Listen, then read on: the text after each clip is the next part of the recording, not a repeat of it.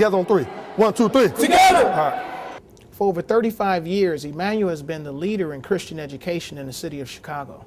Sing a song full of the faith that the dark past has taught us.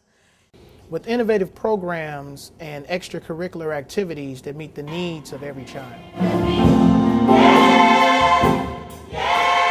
Education is not just a book and a school and blackboard and this kind of stuff. It's the whole thing. That's why I contend you cannot keep Bible study out of any school because it's the highest type of literature that you have in the world. So there's something wrong with people's thinking, with the thinking of people, when they contend we don't need to teach religion. When everybody has some of it, some kind of way. So Pastor and Sister Currie were visionary in their approach to educating children in a Christian environment. In 1975, there weren't many Black Baptist churches that had elementary schools in the city of Chicago. And so now we have more competition. But the fact that Emmanuel has existed for 35 years in this platform of providing a Christian environment to educate children was very visionary at that time. And they were very hands-on. Pastor Currie and Sister Currie were in the building every single day. Sister Currie was the first director of the school. Sister Currie's dream was to own or operate her own school. And the idea of creating a comfortable home learning environment started as early as those earlier days in 1975. A cook in the kitchen, breakfast in the morning, lunch at noon. One thing Sister Currie would always say is, I'm only telling you boys and girls because I love you. Now you know I love you, right? And with that, I constantly remind my students that I love them. Hugs are unending. There's no such thing as too many hugs. She had a very, some kind of a gift for taking children 2 years old, 3 years, 4 years old, and inspiring them. Pastor Currie is a man of great discipline.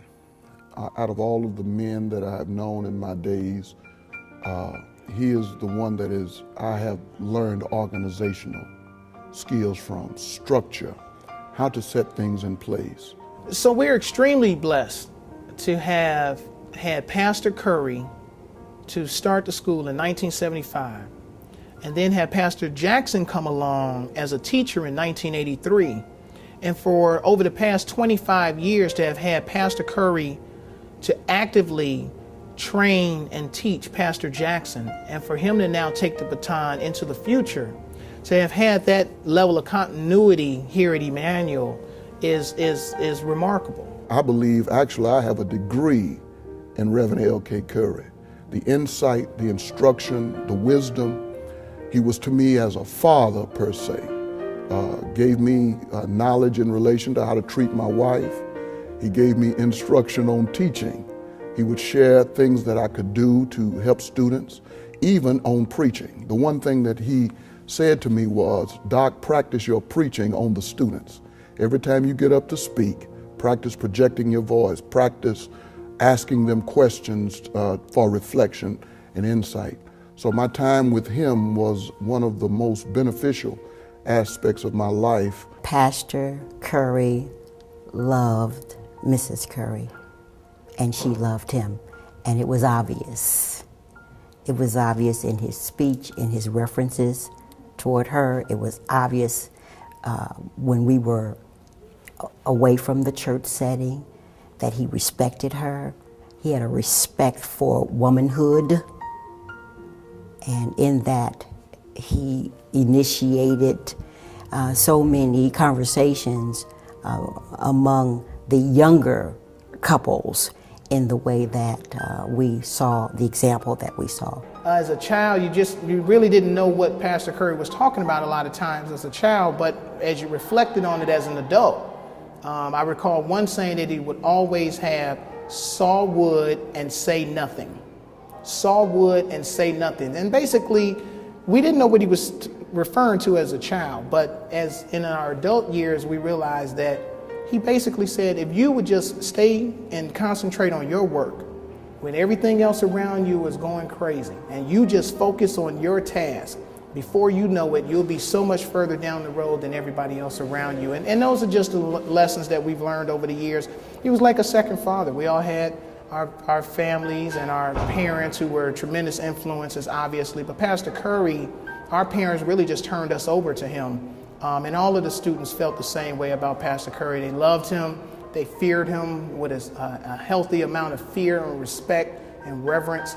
But it was always wonderful to see Pastor Currie. He teaches others how to think through, how to question, and how to evaluate what they're doing and why they're doing it. This school in itself has been a process of how do we do what we're doing in a better way? How do we advance the cause of building, leading, instructing, teaching, and giving a vision to the next generation of persons?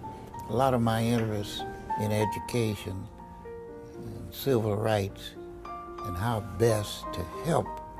You see, Dr. Martin Luther King can open the door, but if there's nobody eligible to go through the door, what do you have?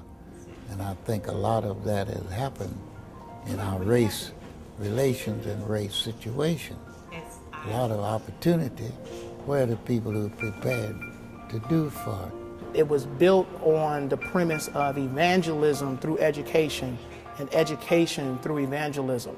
And so we seamlessly combine a faith-based educational experience for our students. And it's a family feel. Every child is our child. Every adult here has a level of responsibility to teach, be it our lunchroom staff, our maintenance individuals, security, our office personnel, because this is a family, again, a family environment. I know we're on that theme, but it's an important theme. When I think of the word family, I think of safety, love, concern for each other, and Emmanuel, to me, represents that. I can say that I've known everyone that have come through these doors, if not by name, but by face.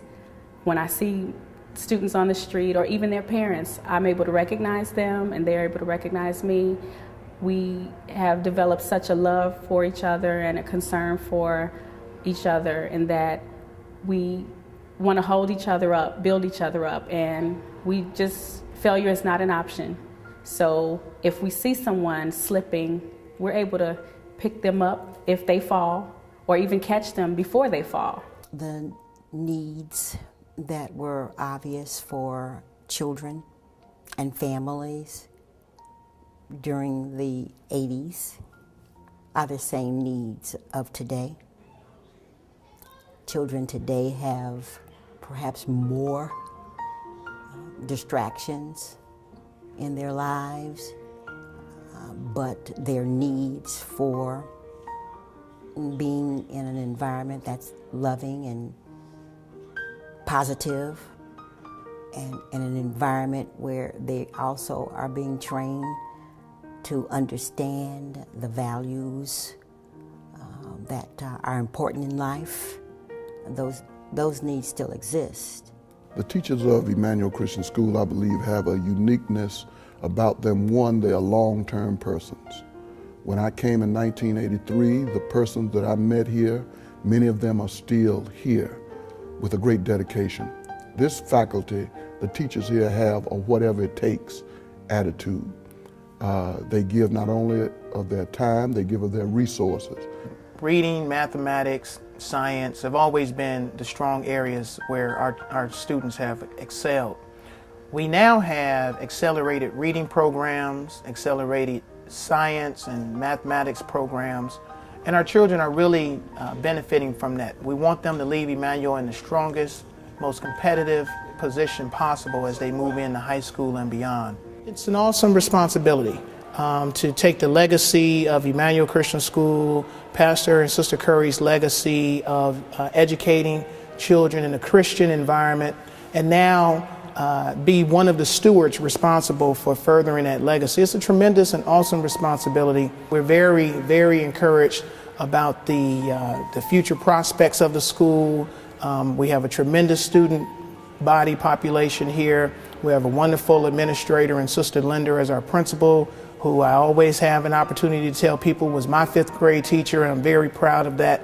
And everything that I know to do now in life was as a result of the foundation that I was given here at Emmanuel Christian School and obviously Emmanuel Baptist Church.